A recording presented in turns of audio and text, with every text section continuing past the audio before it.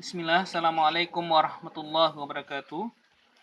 Bagi saudara-saudara sekalian yang berkeinginan untuk mengikuti tes CPNS, maka nanti insya Allah pada tes CPNS akan muncul soal-soal yang akan dipenuhi dengan angka-angka.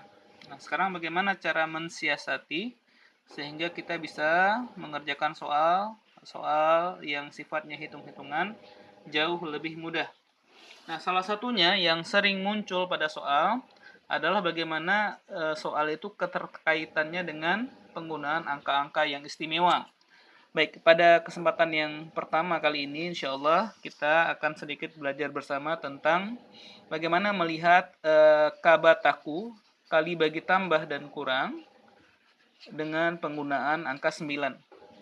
Nah, sebelumnya sebagai konsep dasar, perkalian dengan 9, kita bisa manfaatkan kata kuncinya pada persaudaraan angka. Ya, persaudaraan angka. Jadi, angka-angka itu bersaudara.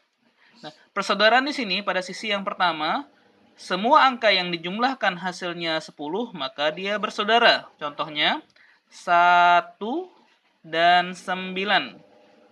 Nah, tanpa disadari, 1 dan 9 dimulai dengan huruf yang sama, S. Ya, contoh yang lain misalnya 2 dan 8. Juga jumlahnya 10. Sama-sama dimulai dengan huruf yang sama, D.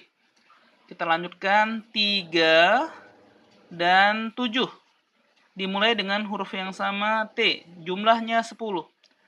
4 dan 6.